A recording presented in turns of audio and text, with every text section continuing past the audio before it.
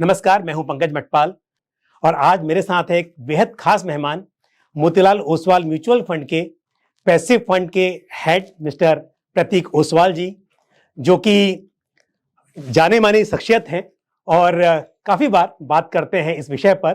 तो आज हम उनसे समझेंगे पैसिव फंड्स की क्या है इंपॉर्टेंस एक इन्वेस्टर के पोर्टफोलियो में और किस तरह से इन्वेस्टर्स को पैसिव फंड्स चुनते समय किन बातों का ख्याल रखना चाहिए, किस तरह की स्ट्रेटेजी बनानी चाहिए।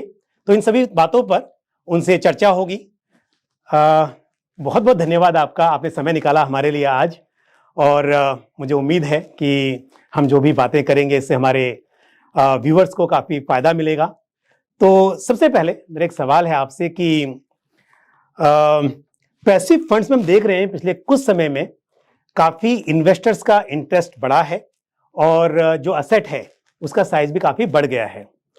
तो आपको क्या लगता है, क्या मेन रीजंस हो सकते हैं इसके पीछे?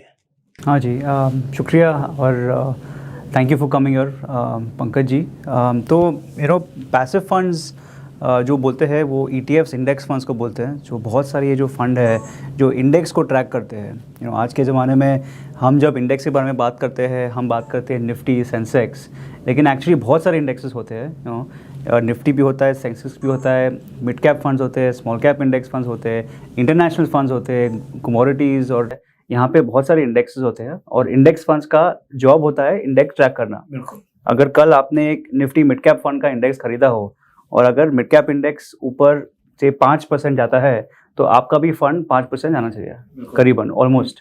तो ये होता है इंडेक्स फंड।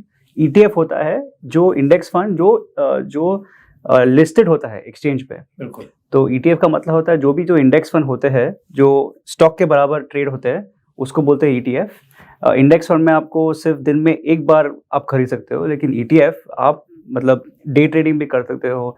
आप कोई भी आपकी कोई भी टाइम आपको खरीदना, आप ETF रियल टाइम बेसिस पे आप खरीद सकते हो ETF। तो ये होता है ये पूरा ETF इंडेक्स फंड। ये तो है पैसिव फंड्स। हमने देखा है कि लास्ट 4 से 5 साल में पैसिव का जो AUM है या फिर एसेट्स है बहुत ही बढ़ गया है। बिल्कुल। तो वो मेरा एक रीजन वही जानना चाहता हूँ कि अचानक से ऐसे क्यों इन्वेस्टर्स को इतना इंटरेस्ट आया कि AUM बढ़ रहा है, तो क्या उसके कारण हो सकते हैं? हाँ, तो उसके कारण है कि आपने देखा है कि ये पूरा कैटेगरी है 2016 या 17 में करीबन 20-25 हज़ार करोड़ था और आज हो गया है 7.6 लाख करोड़। सो बहुत ही मतलब बहुत पॉपुलर हो गया है। और इसके मतलब रीजंस है कि बहुत सारे जो नए इन्वेस्टर है आज इंडिया में, स्पेशली पोस्ट कोविड लास्ट 3 सालों में, अभी बहुत सारे इन्वेस्टर्स को पैसिव फंड्स को बहुत सिंपल समझते हैं। इसका मतलब अगर आपको आज मिड कैप या फंड या फिर स्मॉल कैप फंड खरीदना हो तो आपको 20, 30, 40 फंड के बारे में आपको सोचना पड़ेगा नहीं पड़ेगा। एक पैसिव सिंपल सा स्मॉल कैप 250 इंडेक्स फंड या फिर मिड कैप इंडेक्स फंड आप खरीद सकते हो।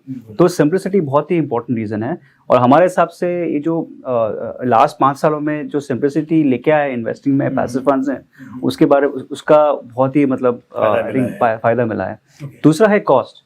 बहुत सारे जो हमारे इन्वेस्टर्स हैं उनको बहुत ही low cost simple mutual fund चाहिए और हमने देखा है कि पैसिव फंड के जो एक्सपेंस रेशियो होते हैं वो एक्टिव के मुताबिक कम होते हैं। तो आई थिंक आपका जो पैसा है, more of your money is invested in the underlying funds. और इसके हिसाब से बहुत सारे जो इन्वेस्टर्स है स्पेशली फैमिली ऑफिस, इंस्टीट्यूशन, जो बड़े बड़े इन्वेस्टर है उनको लो कॉस्ट फंड बहुत ही पसंद है, इसलिए लो कॉस्ट पैसिव फंड बहुत बढ़ गया है। तो ये है दूसरा है। तीसरा है कि परफॉर्मेंस गैप बहुत कम हो गया है।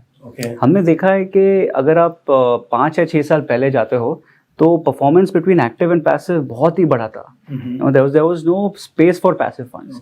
लेकिन हमने देखा है कि लास्ट 5-6 सालों में ये जो परफॉर्मेंस का गैप हो गया है एक्टिव और पैसिव में बहुत ही कम हो गया है। तो आपको सिंपलिसिटी मिल गया है, आपको लो कॉस्ट मिल रहा है और आपको परफॉर्मेंस भी थोड़ा बहुत ऊपर नीचे मिल रहा है। तो I think for the investor ये बहुत ही सिंपल सा ऑप्शन है उनके फ्यूचर और उनको मतलब अगर उनको वेल्थ क्रिएशन करना हो, this is very simple option. इसलिए आपने देखा है कि बहुत सारे इन्वेस्टर्स ने अडॉप्ट किया है। ओके। अच्छा, लेकिन एक बात मैं जानना चाहूँगा कि जैसे आपने कहा कि सिंप्लिसिटी है, इन्वेस्टर्स का इंटरेस्ट है, बड़ा है, लेकिन क्योंकि बहुत सारी चॉइसेस हैं आपके पास, ब्रॉडर मार्केट इंडिसेस हैं, चाहे वो लार्ज कैप हो, मिड कैप हो, स्मॉल कैप, माइक्रो कैप, उसके अलावा थीमेटिक एंड सेक्टोरल हैं, फिर फैक्टर इन्वेस्टिंग है, तो बहुत सारी चॉइसेस हैं यहाँ पर। बट जो मेजर एलोकेशन है वो लार्ज कैप पे ही है।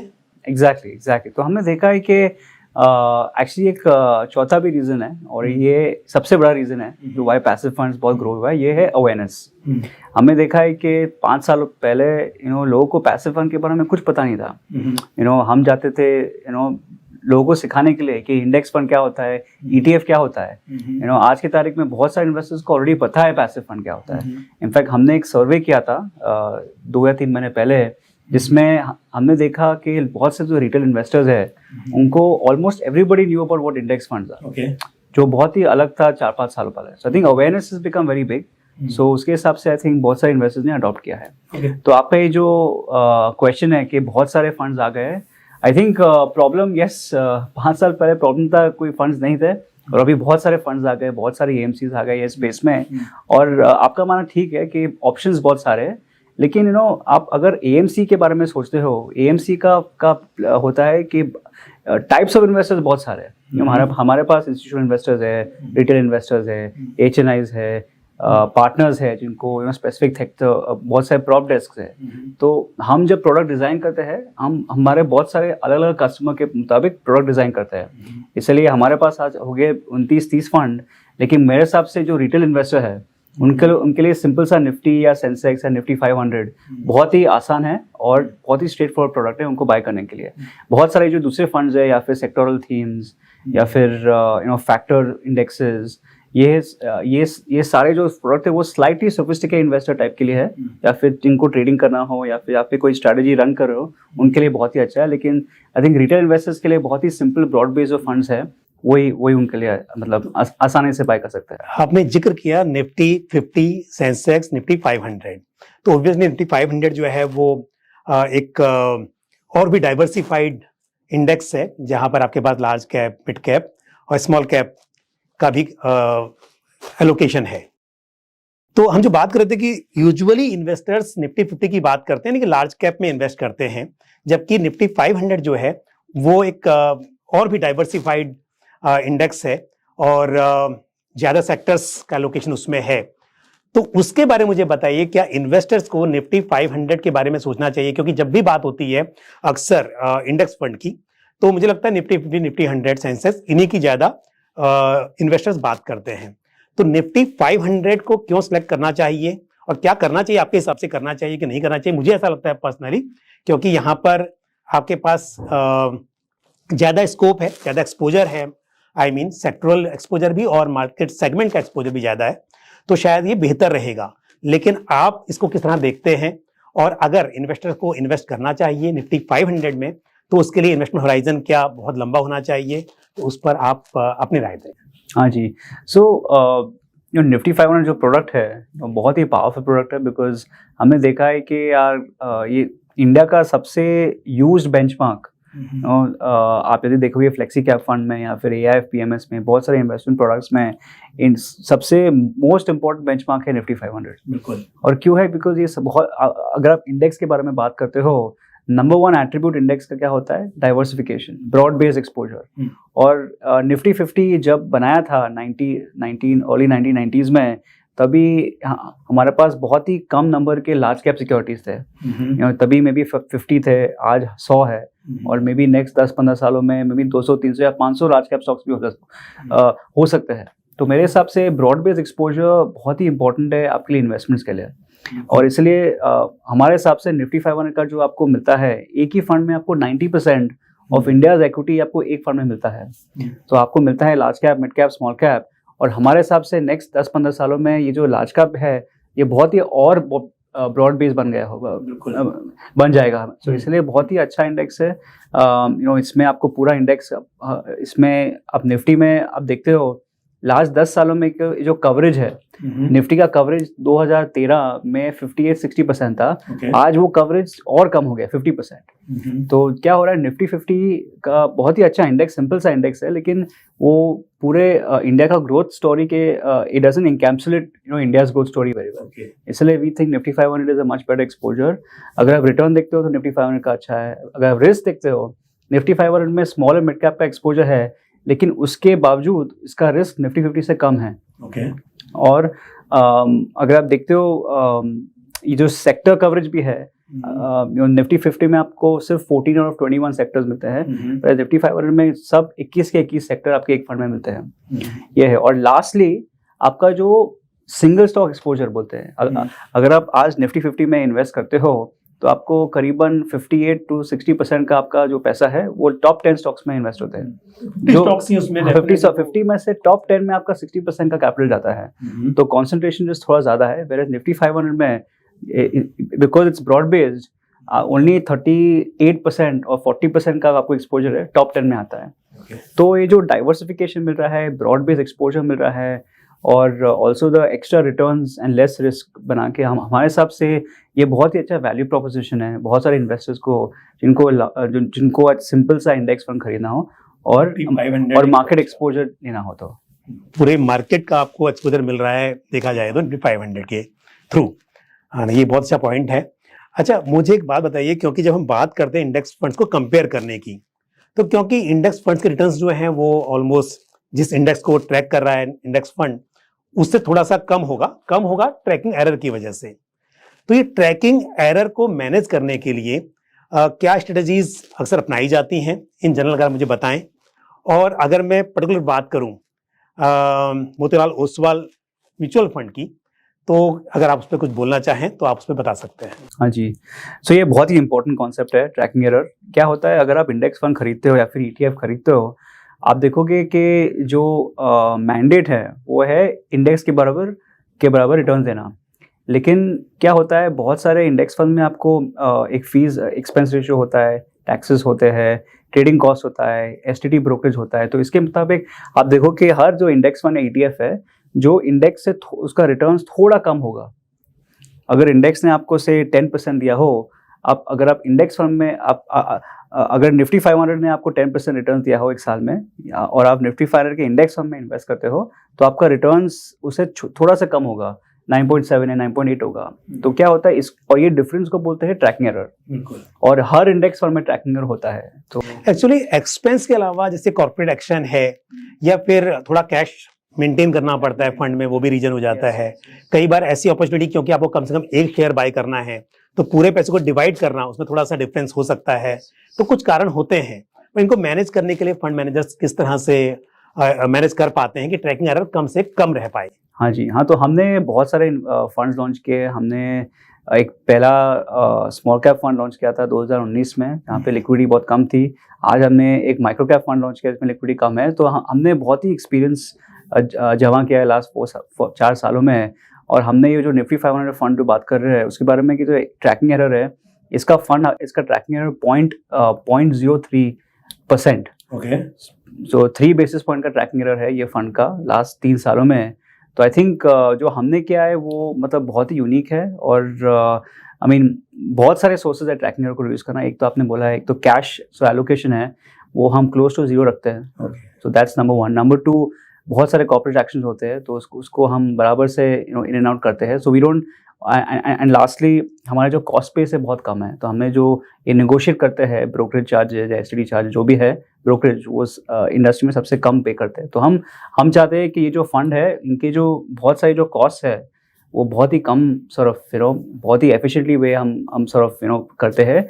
और लास्टली है कि बहुत सारे जो इंडेक्स फंड ETF है इनका अगर आप देखोगे, हम बहुत सारा ये जो स्टॉक्स है ये securities lending and boring market में हम उसको ये लेंड करते हैं। ओके, तो उसमें से भी थोड़ा जो इनकम मिलता है एज पर रेगुलेशन वो फंड में री इन्वेस्ट होता है। ओके, तो हमने बहुत सारा ये किया है लास्ट 3-4 सालों में। और इसका जो रेवेन्यू मिलता है ये जो सिक्योरिटीज लेंडिंग में, वो ये सब हमारे यूनिट होल्डर्स के फंड में इन्वेस्ट होते हैं। तो इससे भी ऑल्सो बहुत ट्रैकिंग एरर कम होता है। ओके, प्रतीक, एक क्वेश्चन है बड़ा इंपॉर्टेंट मुझे लगता है कि जो इंडेक्स फंड्स हैं या ETF हैं, ये जाने जाते हैं अपनी सिंप्लिसिटी के लिए।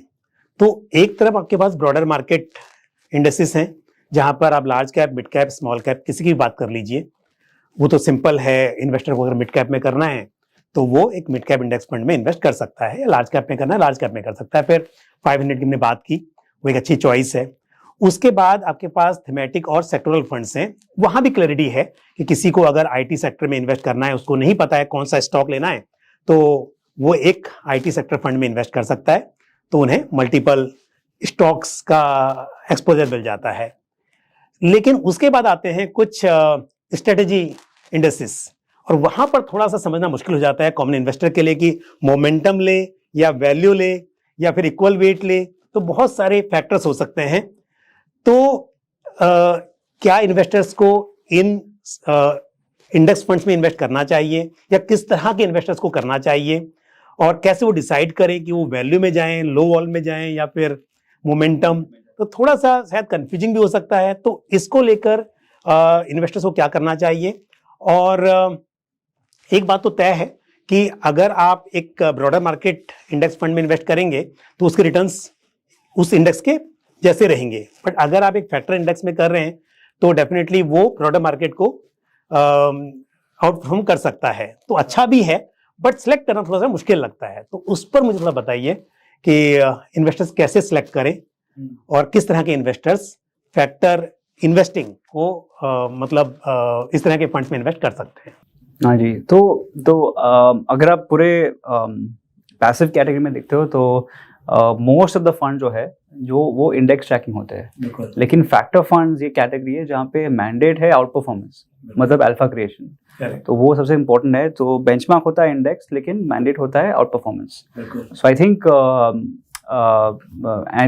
फैक्टर फंड में बहुत सारे आपके ऑप्शंस है, मोमेंटम है, लो वॉल है, वैल्यू है, क्वालिटी है।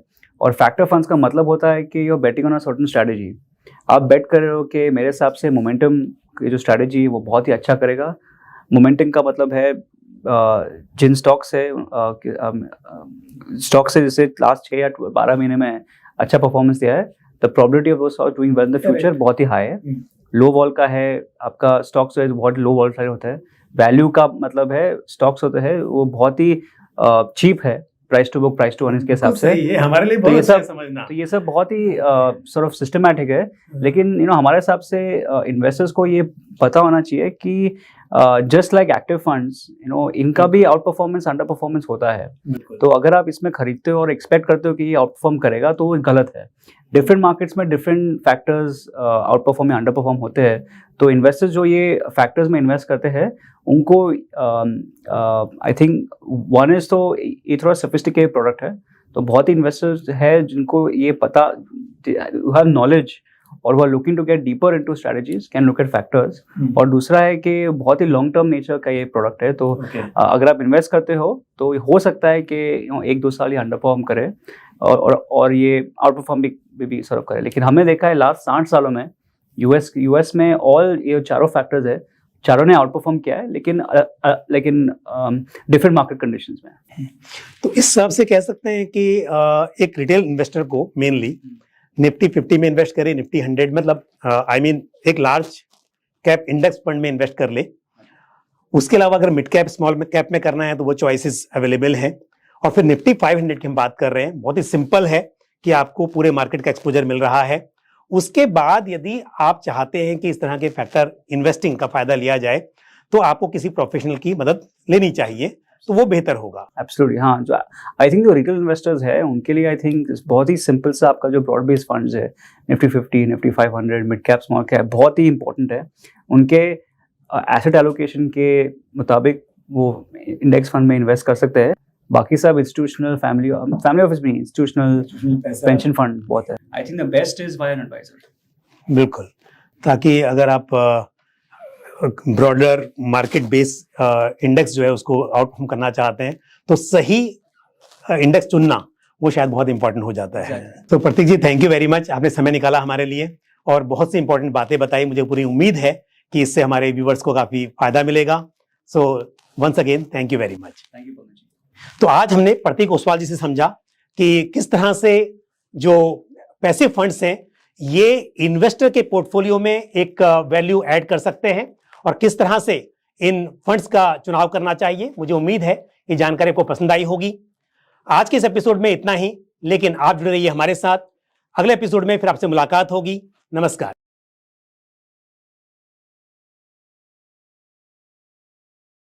म्यूचुअल फंड निवेश बाजार जोखिमों के अधीन है। योजना से संबंधित सभी दस्तावेजों को ध्यान से पढ़ें।